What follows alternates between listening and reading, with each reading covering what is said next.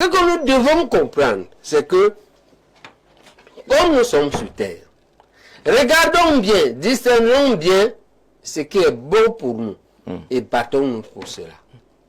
En nous battant contre ceux qui sont pour Satan. Et que la victoire n'est jamais définitive. D'accord. C'est la lutte permanente pour que le bien prime sur le mal.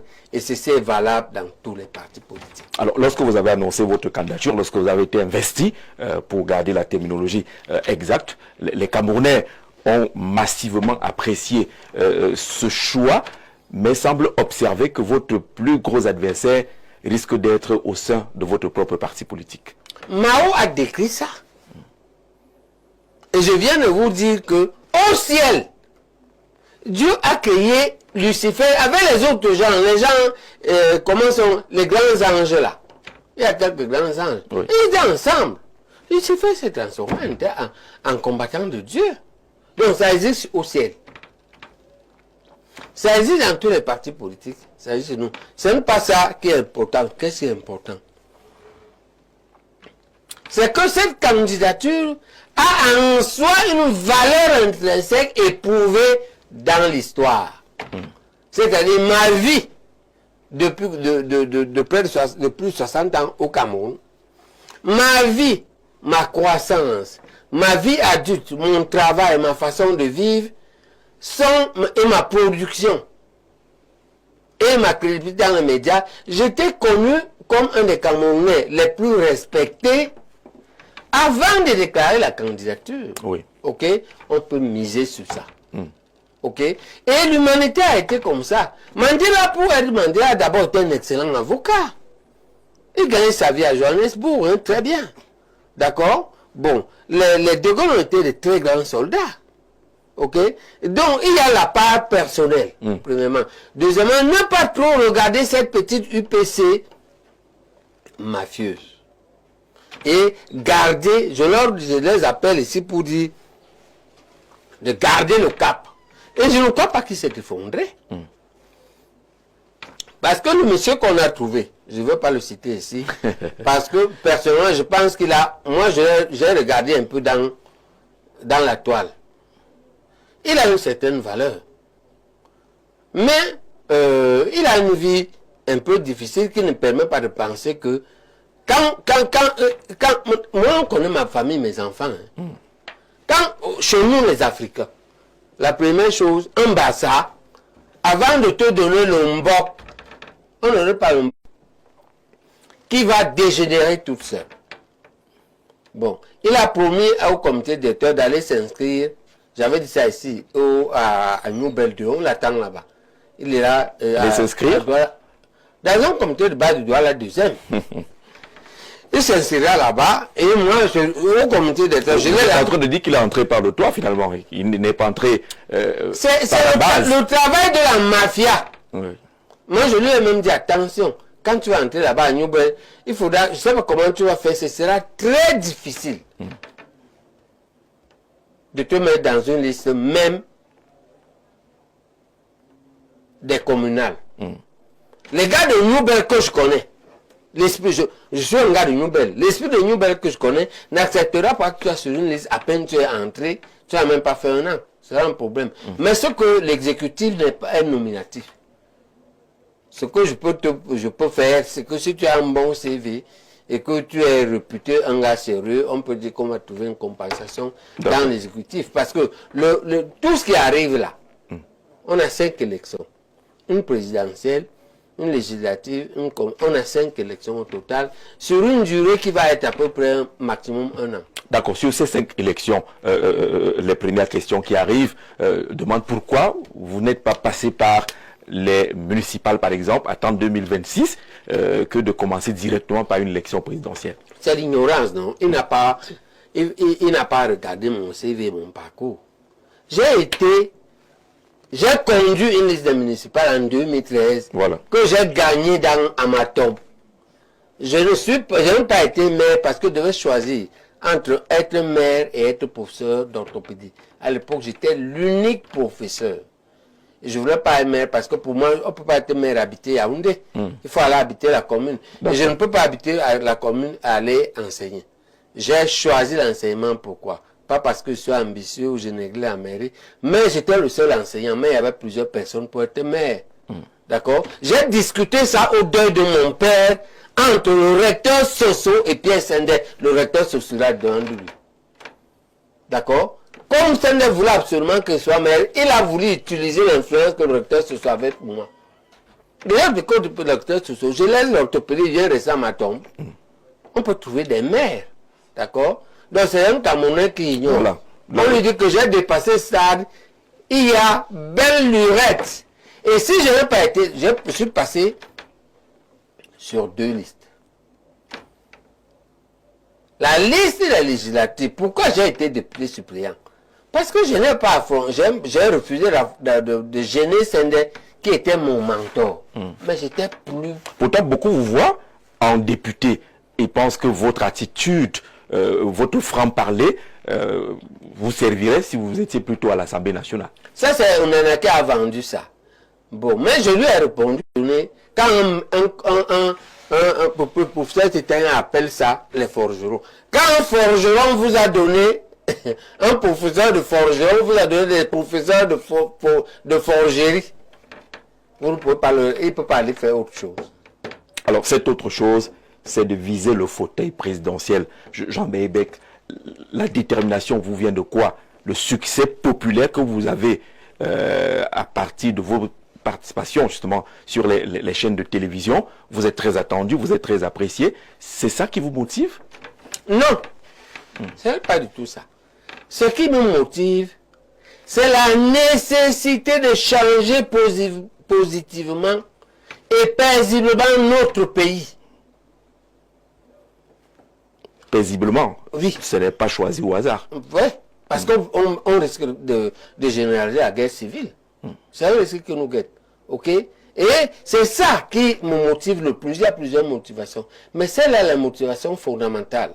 Elle est fondamentale pourquoi? Elle est fondamentale que j'espère pouvoir le faire paisiblement parce que je suis, quand j'analyse Paul Biya, aujourd'hui, déçu qu'il n'ait pas le système qu'il a mis en place, son système de gouvernance, et la preuve, c'est là 30 minutes en prison. Il ne veut pas la succession par le RDPC. C'est ce que vous ressentez. Et j'appelle les Camerounais pour dire, ne veut pas la succession par le RDPC. Je vous demande de me soutenir, pour nous soutenir, pour que le vrai combat, c'est entre nous et la succession interne du RDPC. Ce n'est pas entre vous et Paul Biya. Pas tellement. D'accord. Parce qu'il n'en a pas pour trop longtemps. Moi, j'ai appelé ça quand Dieu va l'appeler. D'accord? Très polybant. Je suis un enfant éduqué dans l'Ombok. Et je n'affronte pas les gens de son âge. Je refuse de trop parler de lui. J'appelle ça Dieu va l'appeler.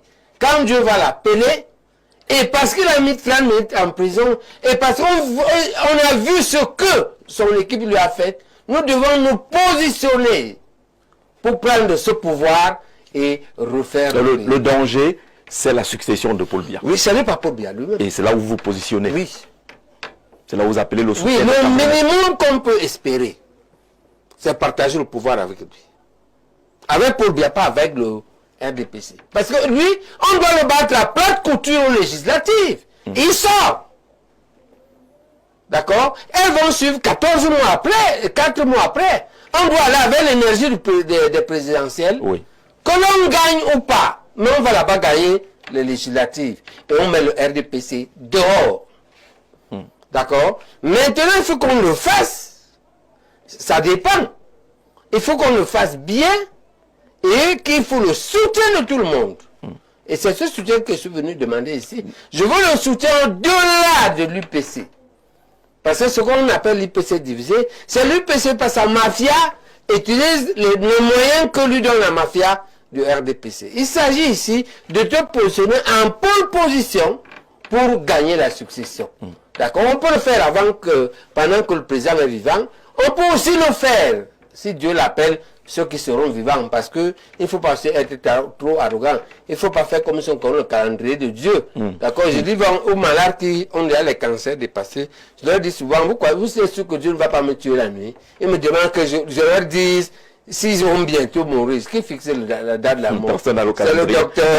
Personne n'a le calendrier. Mais lorsqu'on vous écoute, Jean Baïbek, on a l'impression que vous voulez vous positionner comme le candidat au-delà du parti UPC. Vous voulez être le candidat qui n'est pas forcément attaché à une formation politique. Écoute, je suis très difficile à séparer de l'UPC, la vraie. Oui, et l'UPC, la vraie, la l'UPC fondamentale, c'est le Cameroun. Oui. Ce n'est pas un vrai débat. Maintenant, je suis resté tellement droit dedans, dans le reste, dans mon parcours de vie, que je veux quitter là-dedans pour me positionner comme le candidat du peuple camerounais. J'aimerais être vu comme ça. Je voudrais travailler comme ça parce que mon projet politique dépasse les réformes internes de l'UPC, les affaires internes de l'UPC. Oui, c'est pour tous les Camerounais. D'accord? Et ça risque d'être comme ça. D'accord? Mais l'une des choses, c'est qu'on va reprendre l'école fondamentale, comme l'avaient pensé les pères fondateurs. Effectivement. C'est une réforme que vous annoncez. Mieux que ça, une refondation. Notre programme s'appelle le programme de la refondation du Cameroun. On refonde presque à zéro, en prenant ce qui est positif. Pas des choses positives. Quand je vous parle de la grande réforme économique sur la banque des PME, je parle quand même d'un acquis. C'est pas moi qui ai créé la banque de PME. Oui. C'est quand même ce régime-ci. Donc on ne va pas tout mettre à sac, mais il y a des choses qu'on va refonder. Alors, vous appelez au soutien et les Camerounais vous posent des questions. On va prendre une ou deux. Bonjour, bon après-midi. Voilà ma question au professeur Baïbek. Quel est son programme pour améliorer les plateaux techniques dans nos hôpitaux, l'accueil et la prise en charge dans les hôpitaux? Que pense-t-il de la difficulté des laboratoires pharmaceutiques à obtenir des autorisations de mise sur le marché au Cameroun, notamment dans la prise en charge des cancers? Simon Donkwa, il doit bien connaître le secteur de la médecine. Il vous demande, est-ce que vous avez un regard, vous avez ajouté un regard sur ce qu'on a comme plateau technique? Qu'est-ce que votre vision propose? Non, le plateau technique est trop petit, en réalité, par rapport à la demande camerounaise. Il y a un certain nombre d'efforts qui ont été faits ces derniers temps, mais ça reste petit.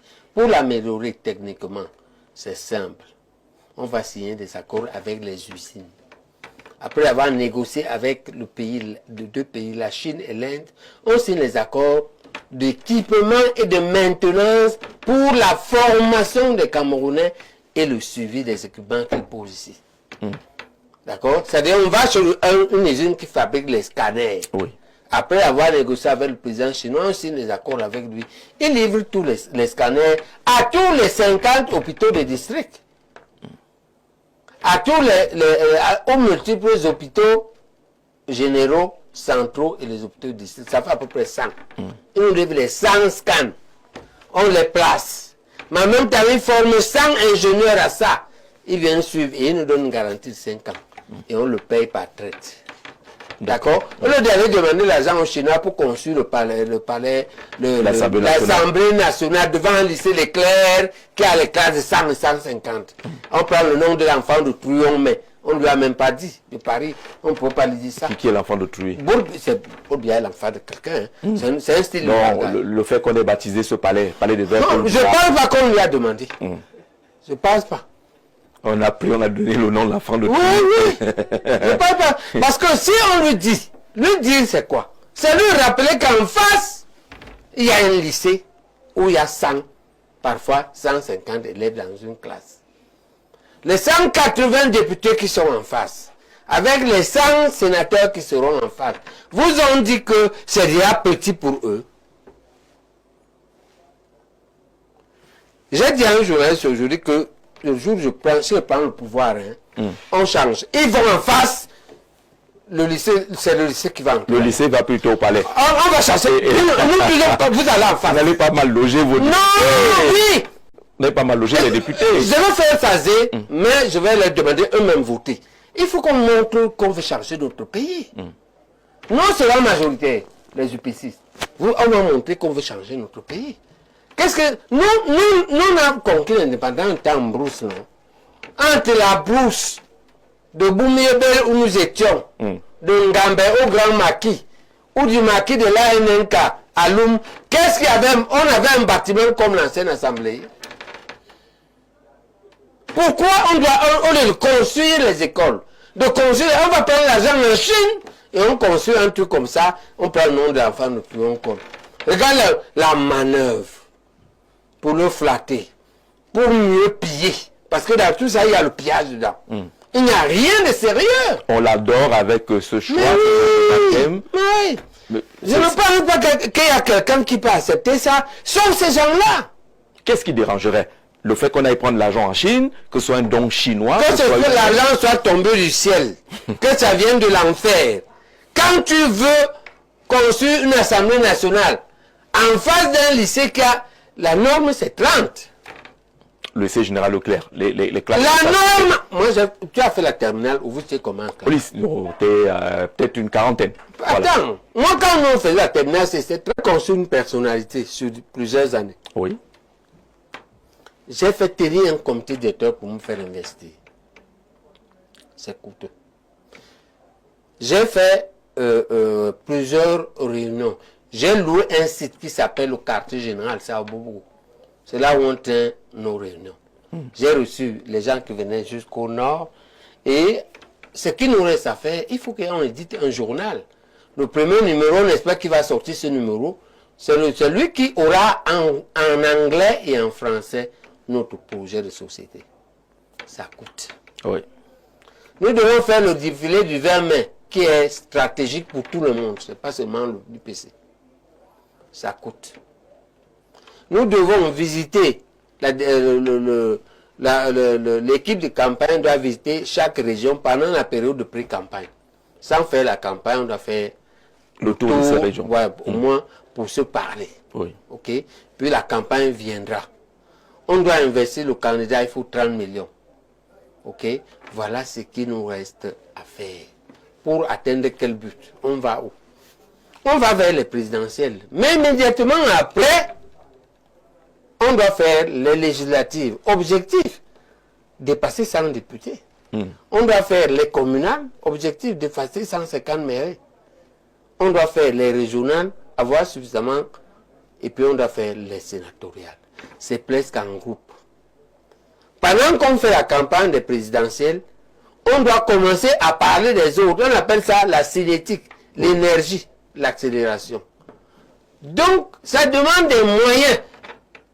Je vois déjà deux numéros qui sont affichés, Momo et Orange Monnaie, qui sont affichés. Ça marche déjà? C'est déjà opérationnel? Oui, c'est opérationnel depuis avant-hier. Oui. Les deux numéros. Ils sont arrimés aux deux comptes bancaires, le compte d'épargne UBA et le compte courant UBA. Ce sont les comptes de l'UPC ou les comptes de Jean Baïbek? Alors, la question des comptes de l'UPC, c'est que les comptes de l'UPC ont trop de problèmes dans les tribunaux. Oui. Parce que les quatre directions se les disputent. Et tous les services comptables de juridiques des banques sont donc fébriles. Ce qu'ils m'ont conseillé, c'est que tu as assez de crédit, ouvre ton nom, sois seulement transparent et apprête-toi à recevoir des auditeurs externes, en même temps et des auditeurs internes. Donc, les quatre comptes, vous envoyez, si vous voulez me donner l'argent personnellement, c'est mon numéro de téléphone, si vous voulez donner à l'homme Baïbek. Mais si vous voulez donner à l'homme candidat, oui. Voilà les quatre comptes de candidats. Ces numéros qui sont affichés ne sont pas les vôtres. Ceux qui connaissent bien vos contacts, ce ne sont pas vos numéros personnels. Non, je ne réponds pas à ce téléphone. Ah, d'accord. Hein? Les deux puces sont ici. Et je ne prends pas ça. On ne me téléphone pas là. Ça, c'est pour envoyer. Hein?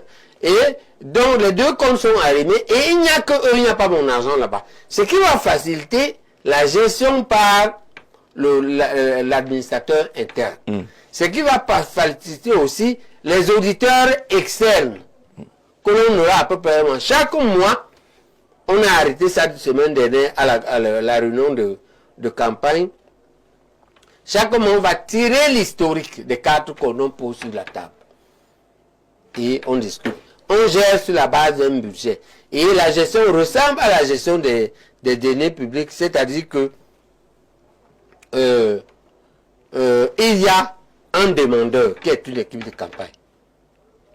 Par exemple, l'antenne de Marois veut de l'argent pour le défilé. On doit lui envoyer l'argent. Et on va lui créer un compte. On va demander UBA. On a un conseil là-bas. Qui va lui créer un compte à UBA Marois? Oui. Et on vire ce qu'on a prévu, le budget a prévu pour cette activité là-bas. C'est traçable. Oui, tout sera traçable. Ok? Celui qui est chargé du journal ici, la même chose, l'imprimerie, on lui fait un chèque. Ou bien un virement. C'est vous l'ordonnateur? C'est moi l'ordonnateur. Maintenant, ça peut poser problème. Mais j'utilise ma crédibilité. Je dis aux Camerounais, en 30 ans, en opérant 5 personnes par semaine, moi j'ai opéré plus de 10 000 Camerounais. Il n'y a pas un village, en moyenne au Cameroun, à 10 000 villages. J'ai opéré à peu près une personne par village. Pourquoi vous me donnez votre corps? C'est ça que je dis aux détracteurs. Les détracteurs ont commencé. Hein? Voilà, je leur dis, vous croyez que les Camerounais qui m'ont donné leur corps, j'ai opéré. Beaucoup ont guéri, ils sont contents.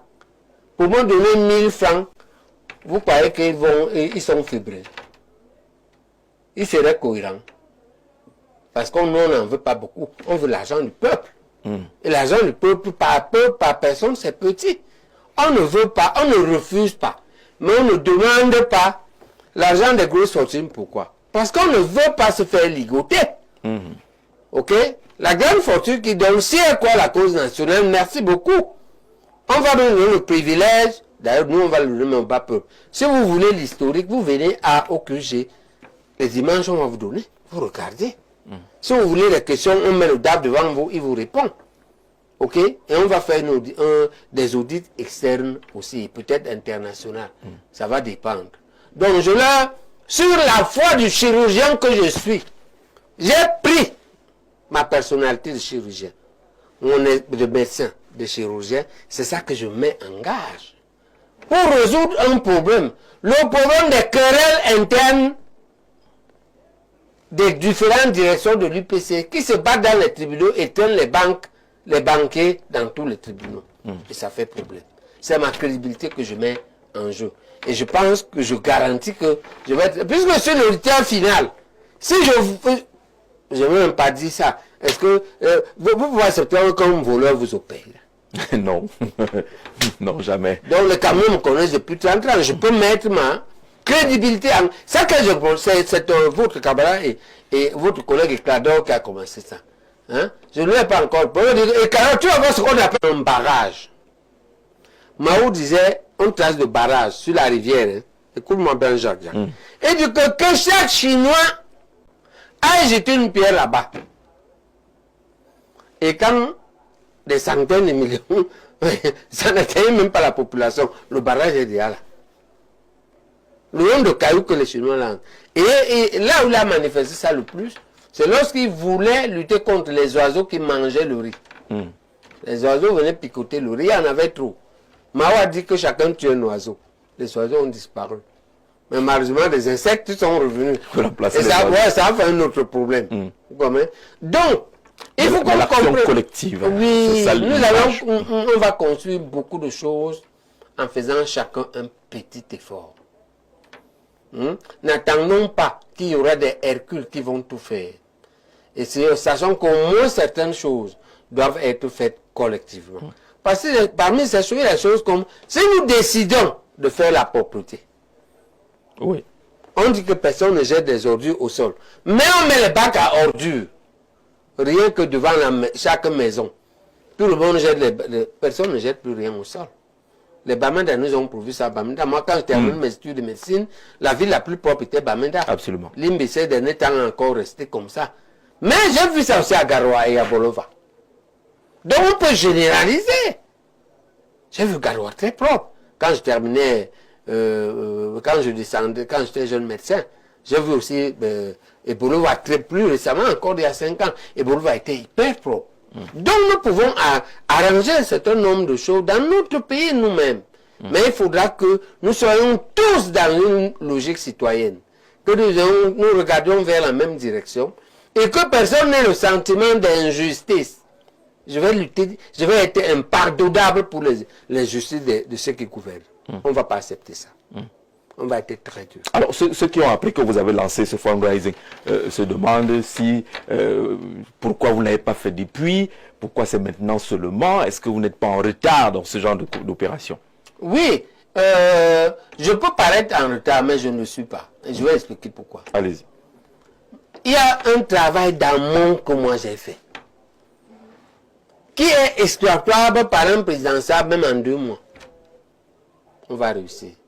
C'est différent d'un candidat qui n'a rien fait avant, ou bien il a fait avant des choses négatives. Avant il volait, avant il mentait, avant il dérangeait les gens. D'accord? Mais ce que moi j'ai fait avant, j'ai fait 2 choses positives au moins. Objectif mesurable. J'ai formé vos enfants. Et je vous ai dit, j'ai formé 6 000 médecins. Je vous ai soigné. Qui sont des formateurs aujourd'hui aussi. Voilà. Voilà. D'accord? Je vous ai soigné et vous avez apprécié. Vous avez des questions, mon docteur. La communauté internationale l'a écrit. Qui était parmi les 100 meilleurs. Quand tu as ce bagage-là, est-ce que tu as besoin de te battre pendant des années comme les gens qui n'ont rien avant? Il y a beaucoup de gens là dehors qui n'ont rien avant. D'accord? Et on a à peu près 10 candidats maintenant. Ce que moi j'apprécie, parce que c'est moi qui ai lancé il y a une dizaine de jours, j'en ai même discuté avec Abba, hein, qu'il faut multiplier les candidatures, parce qu'on a une administration devant qui veut nous éliminer. On ne peut pas coaliser. Si vous êtes 5, vous coalisez, vous envoyez, on l'élimine. Vous 5, vous avez perdu. Mais c'est plus facile d'éliminer un quand il est seul que d'éliminer 1 sur 5. Allons d'abord nous tous. Les coalitions, c'est après. Ça a doublé. Donc j'apprécie ça. Mais simplement, il y a des gens dedans qui n'ont pas un bilan antérieur. Hein? Peut-être pas parce qu'ils sont mauvais, mais peut-être parce qu'ils sont aussi jeunes. Ils n'ont pas eu le temps. Parce que pour avoir aussi un bilan, il faut le temps. Oui. Et il faut la grâce de Dieu. Aussi. Et il faut le soutien du peuple. Alors, qu'est-ce qui vous distingue des autres? Cabral Libya a lancé son appel à la mobilisation des fonds. Jean-Blaise Gouette en a lancé. Maurice Kamto en a lancé. Il parle des budgets de 6 à 8 milliards de francs CFA. Qu'est-ce qui vous distingue des autres, de ces candidats, entre guillemets, qui appellent aussi à l'apport du peuple? Mais les numéros ne sont pas les mêmes que les leurs. Ça aussi, ça c'est vrai. Dans la pratique, d'accord? D'accord. Les bilans sont différents. Les projets sont différents. Ce n'est pas les mêmes projets que... Mais j'appelle, je veux dire ici que au stade actuel, les candidats sont nombreux. Vous choisissez ce qu'ils vous disent, c'est pour qu'ils vous sortez quelque chose. Et vous faites une petite cagnotte. Je dis n'importe quoi. Si vous avez prévu 1000 francs et que vous avez choisi 3 personnes, partagez par exemple 300, 300, 400. Ça suffit. D'accord? Parce qu'il faut savoir que il y a à peu près 5 millions de Camerounais qui peuvent cotiser au moins. Oui. De l'intérieur comme de l'extérieur, parce qu'il faut penser également aux Camerounais de la diaspora. Voilà. Oui. Ouais, le problème, quand vous donnez 100 francs, 5 millions multiplié par 100, ça fait 50 millions. Ce n'est pas petit. Absolument. D'accord? Donc, ce n'est pas mauvais. Il faut que tous les Camerounais se mobilisent pour le fonds résine. C'est important que tous les candidats aient le fonds résine parce que plus il y a les Camerounais, moins on dépend des groupes donateurs. Parce que le problème des groupes donateurs, c'est que ce n'est pas des dons, c'est des dettes. Ils vont vous tenir. Ils vont vous tenir. D'accord. Avec la réalisation, on maintiendra de temps en temps l'affiche qui annonce cette mobilisation des fonds. Peut-être que pendant l'émission, les premières contributions peuvent être enregistrées et nous, on sera fiers d'avoir participé aussi. Mais on va répondre aux questions des Camerounais. N'est-il pas préférable ou plus stratégique aux partis d'opposition de préparer les législatives afin d'avoir la majorité absolue au Parlement et être une force d'alternance sûre que d'aller à une élection présidentielle perdue d'avance? Je vois plus le professeur être un bon député pour défendre nos valeurs et notre cause que dans le costume d'un président. C'est Cyril depuis Douala. Vous avez déjà commencé par répondre à cette question. Est-ce qu'il pense que l'opposition devrait davantage se concentrer? Mais le législatif, c'est après. C'est 4 mois après. Oui. Donc dans la chronologie. OK? Et les présidentielles préparent les législatives. Oui. Donc, ce n'est pas pour dire que vous allez à la présidentielle pour vous arrêter là. Il y a une vision un peu plus... D'abord, moi j'ai déjà discuté. Qui a regardé l'émission de Valérie Ndongo? Oui. J'ai discuté, j'ai dit que moi je suis sûr de gagner. Ce n'est pas un problème. La présidentielle? Oui. Le problème c'est que gagner c'est une chose, avoir sa victoire c'est une autre. Pourquoi? Parce que les outils qui donnent, les appareils qui donnent la victoire et les CAM, la Cour constitutionnelle, eux sont d'emblée, c'est eux-mêmes, hein, ils décident qu'ils sont redevables au président et qu'ils doivent faire gagner le président. Et nous devons lutter contre ça. Et ça, c'est un autre débat. Qu'est-ce qu'on fait? J'ai déjà dit que même sur les suffrages, moi, je vais gagner. Je n'ai pas de doute. D'accord. Alors, vous allez gagner. Que pense donc le professeur du sous-secteur forêt et faune du Cameroun, que les Camerounais puissent bénéficier de l'exploitation forestière et faunique? Quel regard, quelle vision sur notre forêt et notre faune? Il faut arrêter l'exportation du bois brut. Ça c'est dit depuis des années, hein? Mais on fait le contraire. Malheureusement. Ok? Il faut arrêter dans les faits. Et il faut créer les usines, il faut délocaliser les menuiseries.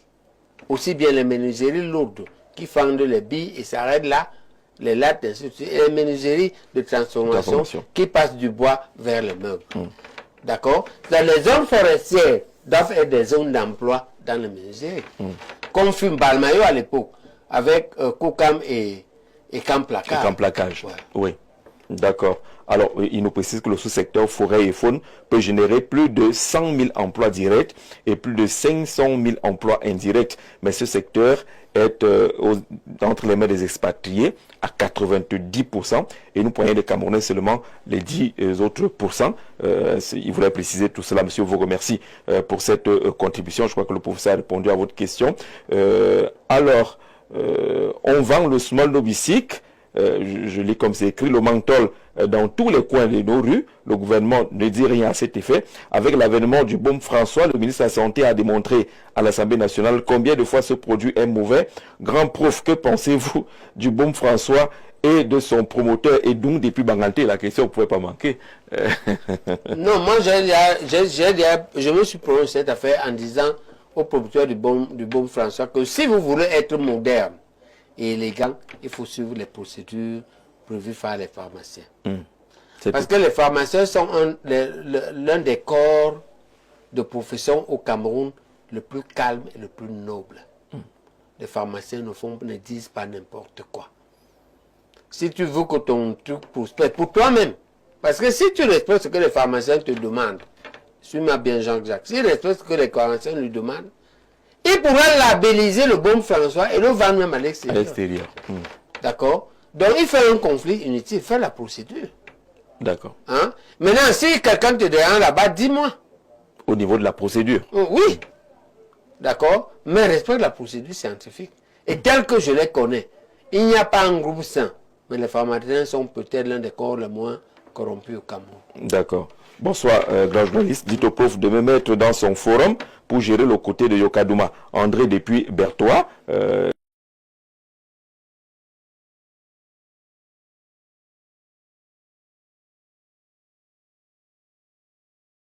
Si c'est ça, vous appelez mariage politique, non. On va discuter tout ça, à mon avis. J'ai lancé un appel à ce qu'on ne fasse pas les coalitions maintenant. D'accord. Hein? Parce qu'on va éliminer les chances. Mais que tout le monde aille qu'à la capacité d'y aller et qu'on traverse les 3 premières barrières. Elles sont groupées 3. La barrière de l'AT, la barrière de l'ECAM et la barrière de la Cour constitutionnelle. C'est après ça que l'on va faire des coalitions, des alliances ou des mariages, appelés comme vous voulez. D'accord. Que pensez-vous du professeur Maurice Kamto? Alors, j'ai déjà trop parlé de lui. Oui, j'imagine. D'accord. Et je suis très mal à l'aise pour continuer parce que ça... Et puis, je commence à être en conflit d'intérêt avec lui. Je vous dirai plus tard ce que ça veut dire. D'accord. Bonsoir l'équipe d'Info TV et au professeur Jean Baïbek, pour qui j'ai 2 questions orientées vers le secteur socio-humanitaire. S'il vient à être élu au soir d'octobre 2025, président de la République, dans son programme de campagne. Premièrement, quelles mesures concrètes proposerez-vous pour soutenir les familles à faible revenu et les orphelinats afin d'améliorer les conditions de vie des enfants, notamment en termes d'accès à l'éducation, à la santé et à la protection sociale. Deuxièmement, comment envisagez-vous de renforcer les programmes de protection de l'enfance et de soutien psychosocial pour les enfants vulnérables, notamment ceux vivant dans les orphelinats, afin de leur offrir un environnement stable et sécurisant, propice à leur développement? C'est Hervé Ndoshi, entrepreneur humanitaire, CEO, fondeur de l'association caritative à but non lucratif Friends for Life. On voit bien qu'il est dans son secteur. Non, il pose deux problèmes. Le problème d'augmenter les revenus des familles à faible revenu, oui, et le problème de soutenir la prise en charge, on va dire, des enfants plus ou moins exclus. C'est ça les deux problèmes. Pour l'augmentation des revenus des familles à faible revenu, j'ai répondu à cette question en disant que je veux d'abord dire que moi je viens de ces familles-là. Oui. Moi, mon père biologique et ma mère biologique, nous vivions à Kombe, à 15 km de Manga, de l'agriculture et de la chasse. Ok? Quand je suis parti à Douala, la soeur aînée de ma mère, ma deuxième maman, eh bien, nous